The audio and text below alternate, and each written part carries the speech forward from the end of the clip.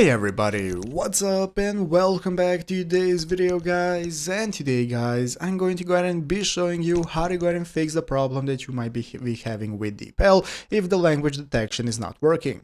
This is a very simple thing to do, so make sure to watch this quick and easy video till the very end, follow my steps correctly so you can make sure that this works the same for you and you can do this yourself. But yeah guys, let's get straight into it. So the first thing we want to do is to go ahead and open up the official DeepL application if you have not already. So if you do not already have it downloaded, you want to go ahead and open up the App Store on your mobile phone.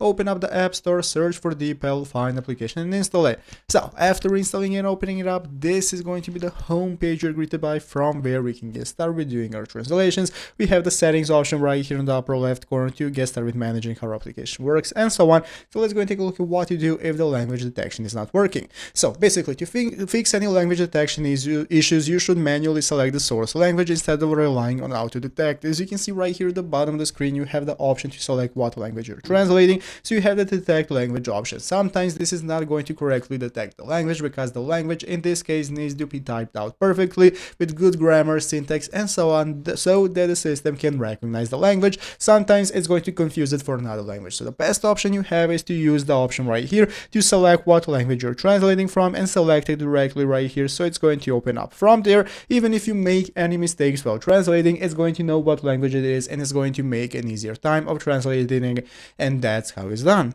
So I hope this video was helpful. If it was, make sure to leave a like, subscribe to the channel. Thanks for watching, take care and bye.